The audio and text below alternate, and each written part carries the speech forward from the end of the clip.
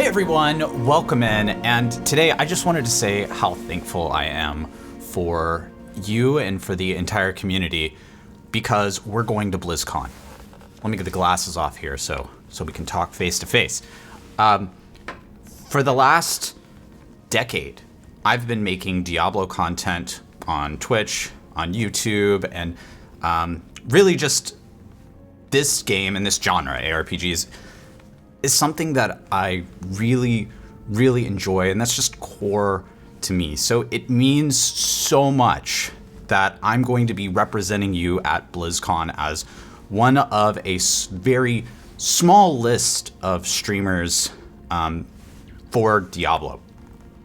And so all of the support that all of you have given me is the reason why we're here. It's the reason why I'm going to be part of BlizzCon, and that just means so much to me. So thank you very much. I'm going to be representing you as best as I can at BlizzCon. I want to show you the best content that we possibly can. So stay tuned here to this channel and also my Discord, which will be in the description below.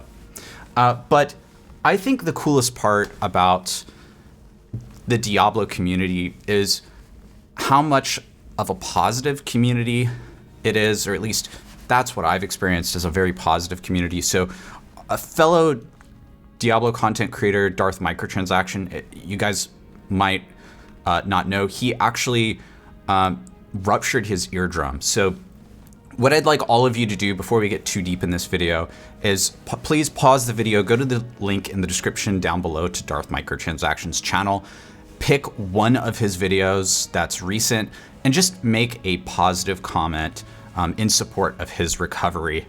I really feel for the guy. It's going to be a really long recovery for him, and I think we can be a very positive force. I think it'll mean a lot to him if you guys just leave a positive comment over on one of his videos. Diablo 4 at BlizzCon this year is going to be absolutely stacked, y'all, and this means a lot. You may not know, but for the past many years at BlizzCon, save maybe the Diablo 4 reveal in 2019, Diablo just really hasn't gotten a lot of attention at the con. So for us to get this much at BlizzCon this year, it really feels like Diablo is one of the highlights of the con this year. So I want to run through this really quickly just to show you how much we're getting this year. It's actually crazy. It's actually crazy how much we're going to get this year. So first of all, there are some creators that you'll be able to see at BlizzCon with a meet and greet. So this will be a special meet and greet panel that you can go and meet these creators. That's Woody Joe, Anna Cake, Riker, Darth Microtransaction, actually Arcane, and Macro BioBoy. In addition to that, many of us will be at BlizzCon streaming live, and every single one of these people here, Woody, Anna Cake, Riker, Darth Microtransaction, Arcane, Macro BioBoy, Lucky Luciano, Force Gaming, Creparian, Dioxide, myself, Gymnasium, and Lexio. All of these people are actually top tier, S tier Diablo content creators who have been in the community for a very, very long time. So if you're not following all of these people, just literally go in here, open every tab, follow all of them, because they're all at the top of the game, in my opinion. And we'll be streaming live from the BlizzCon showroom floor. So if you're at home, you'll be able to watch any of these folks throughout the entirety of BlizzCon. In addition to that, we're getting Hell's Inc. Now, you might know about Hell's Inc.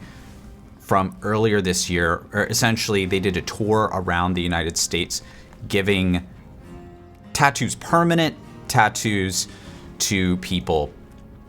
And so you can choose one of 13 flash tattoos. You do have to make an appointment. So if you want one of these tattoos, they're on a first come first serve basis, so make sure you're watching out for that. And then you can get a real tattoo. The other thing, they don't list it here, but I believe you also get a title in the game. Don't get a tattoo so you can get a title in the game, but I believe it's called Mother's Inked is the title in game in Diablo 4. You get like a little code. They did that during the Hell's Ink tour in the United States, so I don't know if they're gonna do that. But they also are going to do temporary tattoos. This is what I'm going for. We have a temporary tattoo that you can get, and I think that's pretty cool. You might actually, I think it'd be nice if they gave a title, but maybe a lesser title to the temporary tattoo. I don't think the temporary tattoo should get the same title as the permanent tattoo. That's just my opinion. So you'll also be able to meet the developers and sign the game. This is something that they usually do at BlizzCon, but it's nice that they're doing it for Diablo 4 this year as well. So they have these special Diablo tarot cards that you'll be able to get a professional tarot card reading. This sounds pretty amazing. They also have a photo op with the wings of Inarius. I think this is a new statue for BlizzCon. One thing you might not know about BlizzCon is they have the massive statues for all of the different franchises there. They're pretty amazing. They're pretty insane. And this is animated? Okay, this is going to be pretty amazing. We're going to be taking some pictures of this. Make sure you're in the Discord. Link is down in the description below if you want to see that. Okay, Sacrificial Altar. I believe they had this at BlizzCon 2019. This is really cool. You can get sacrificed. And then they have the Museum of Sanctuary. I think that's a pretty cool exhibit. The Herodic Library.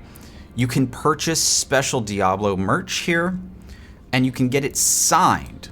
So that's pretty cool. And then this reads like a meme. I don't quite understand this one, but let me just read you this out loud. Quench your thirst for annihilating Lilith's legions by partaking in a Mountain Dew scavenger hunt. Attendees will need to locate cans of Mountain Dew touched by Lilith's hatred. Find all the cans and you'll be entered into a giveaway for an especially sinister Lilith statue. So, yeah, that's this. You know what this reminds me of? This reminds me of the KFC Double Down promotion that they did back in March before the game came out. There's cringe value here, right? Like, I don't think this is a bad thing necessarily, but it's definitely. You see all of these like serious things like, oh, get your thing signed, get a permanent tattoo, tarot card reading, find the Mountain Dew cans. It's a little, it's just a little bit out of place, right? That's really funny. And then finally, the campfire chat. So as you know, the campfire chats for Diablo 4 is where we typically find out new information. So there's going to be a live campfire chat at BlizzCon from 2:30 to 3:30 p.m. on Saturday. That's November 4th. They're going to have Joe Shelley, Brent Gibson, Tiffany Watt, and Kaylee Calder, and of course, Adam Fletcher live at the campfire chat. So hopefully we find out some new information, or they go over information that they reveal in the opening ceremony. Sometimes they do that as well. In addition to all of that, man, it's a huge Diablo news week. We got Diablo 4 patch notes. We got build 1.2.1. I won't break this down all the way because there's not too much here, but mostly the highlights here is we got a refund all button to each Paragon board. That means you can reset not all of your Paragon points, but the Paragon points on one Paragon board at a time, which I think is the right way to do it. That's actually how we do it in the MAXROLL planner as well. They're adding a training dummy to the game, and the cool thing about this, so this is in Kyovashad. Cool thing about this is you can attack one training dummy, a small group of them, and then you can determine whether they are normal, elite, or bosses. So you can kind of test your build against each scenario that it might run into. I don't think there's actually a DPS meter attached to this, so you're still kind of at the mercy of looking at damage numbers to see what the damage numbers actually do. But this looks really cool. This is coming out Tuesday, this patch. These are a couple of tweaks to the Season of Blood, and then there's just a bunch of very, very small bug fixes. Out of all of these bug fixes, there's actually one I will highlight, and it's way down here in the bottom under miscellaneous, where you might think that this is not important, but fixed an issue where uber unique items were not always dropping at their maximum roll values. So presumably this means that when Duriel drops uber uniques, they're supposed to always drop completely maxed, kind of like Primal in Diablo 3. I'm not sure I really like that design, just because getting uber uniques from Duriel is a little easy, and they can still drop from the world drop, and they're significantly more difficult to get from the world drop, like 1 in 100,000 more difficult to get from the world drop. So I'm not sure I 100% understand the fix here, or its intent. So I guess we'll see. I think Season 2 has a lot of things that they need to go over. Anyway, that's it for this one. I will mention one more thing, is that in the Discord, we are coordinating a meetup. So if you guys want to meet me, you want to talk about Diablo, you want to learn how to play Dance Dance Revolution. I am teaching some people Dance Dance Revolution during BlizzCon.